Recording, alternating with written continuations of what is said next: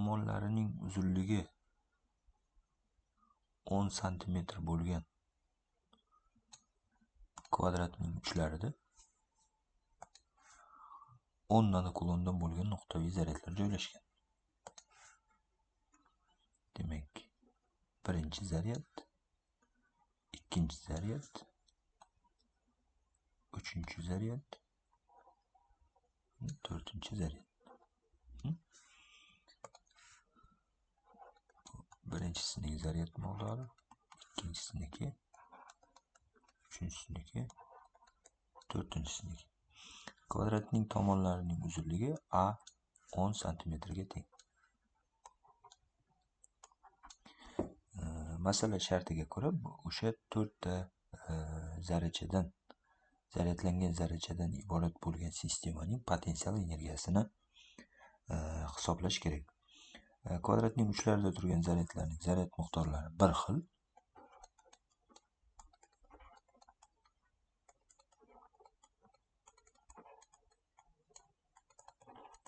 Va Q'ga teng.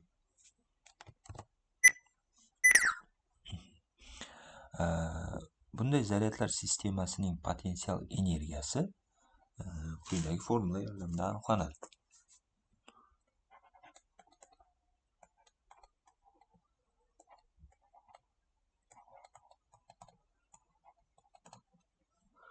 Bu o'sha zaryadlar sistemasining potensial energiyasini aniqlash formulasi. Bu yerda Q zaryad miqdorlari, phi esa ikkinchi zaryad joylashgan nuqtadagi elektr maydon potensiali, ya'ni phi bu Qi zaryad joylashgan nuqtadagi elektr maydon potensiali.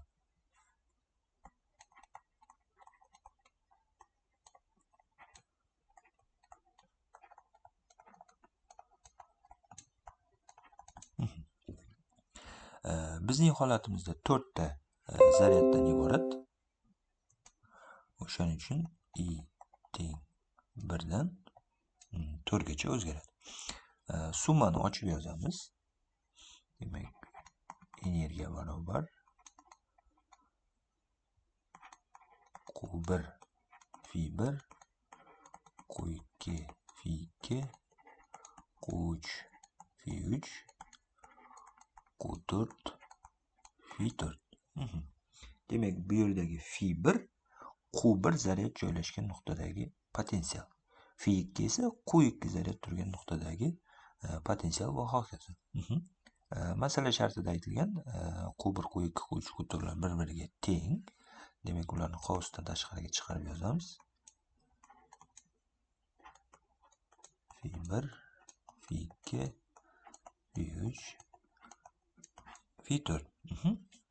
Chizmadan ko'rinib turibdi, bu har bir zaryad joylashgan nuqtadagi potensiallar ham bir xil, chunki ular o'zaro bir-biriga nisbatan simmetrik joylashgan.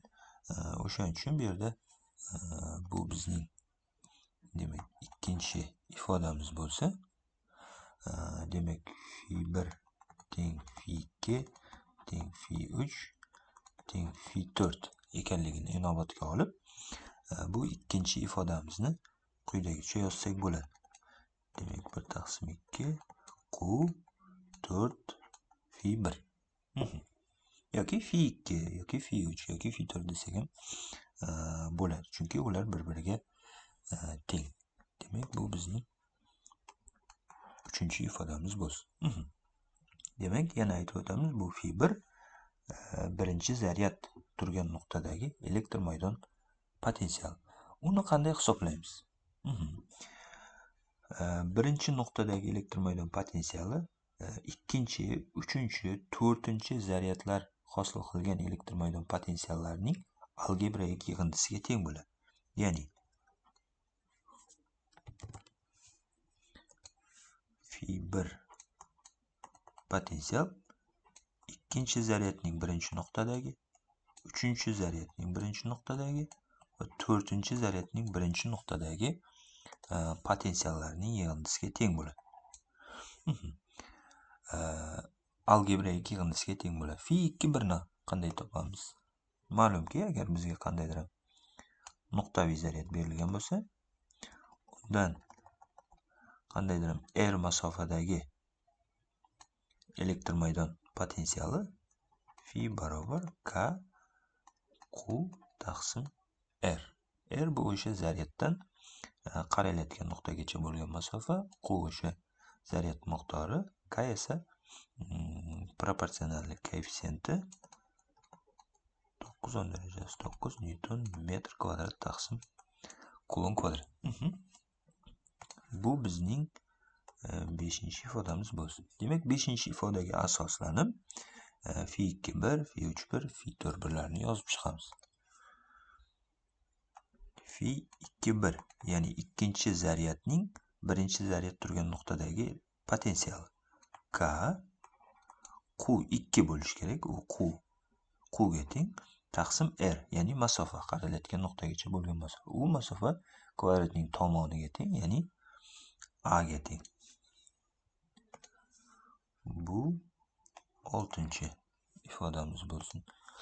Fi 3 1, ya'ni 3-zaryadning birinchi zaryad turgan nuqtadagi elektr maydon potensiali k q taqsim masofa bo'lishi kerak, ya'ni 3-zaryaddan mana bu kvadratning birinchi uchigacha bo'lgan masofa bu kvadratning diagonaliga teng bo'ladi.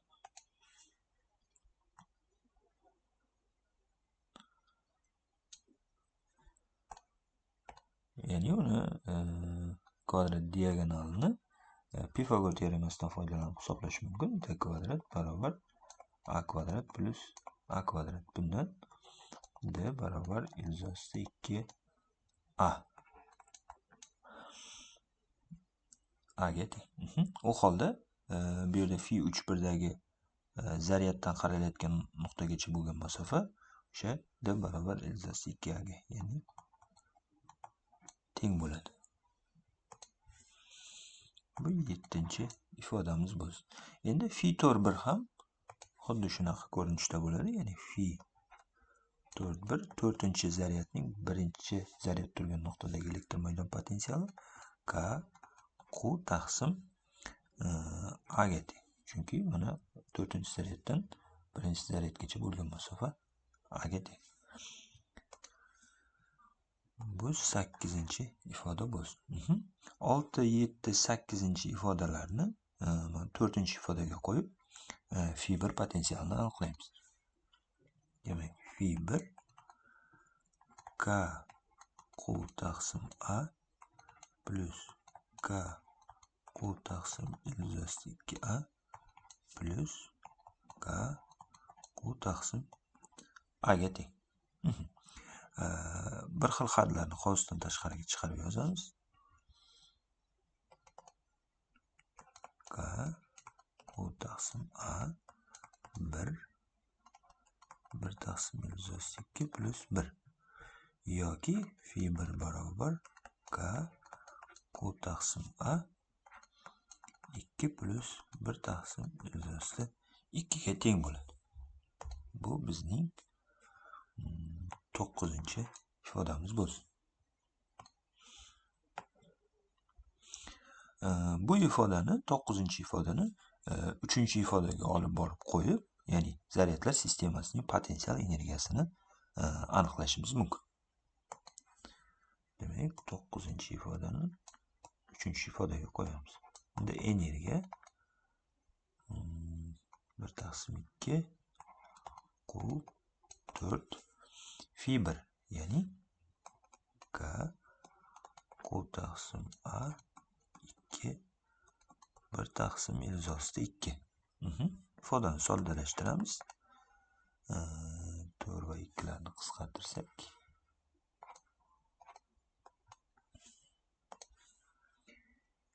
2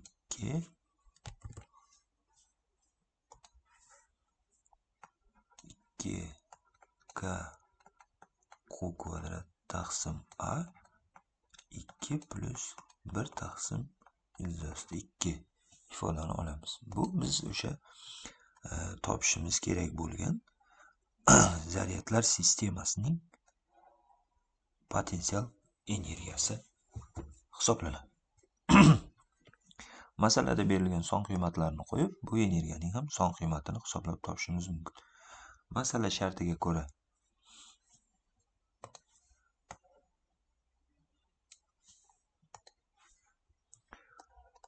zaryad miqdori 10 nanokulon, ya'ni 10 darajasi minus 8 kulonga teng.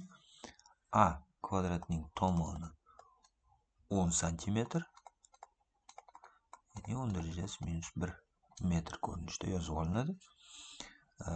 Bu son qiymatlarni 10-chi ifodaga olib borib qo'yib 2 9 10 darajasi 9 10 darajasi minus 16 minus 1 2 1 butun 41, ya'ni energiya 48,8 ko'paygan 10 darajasi minus 6 joul yoki 48,8 mikrojoulga teng bo'ladi.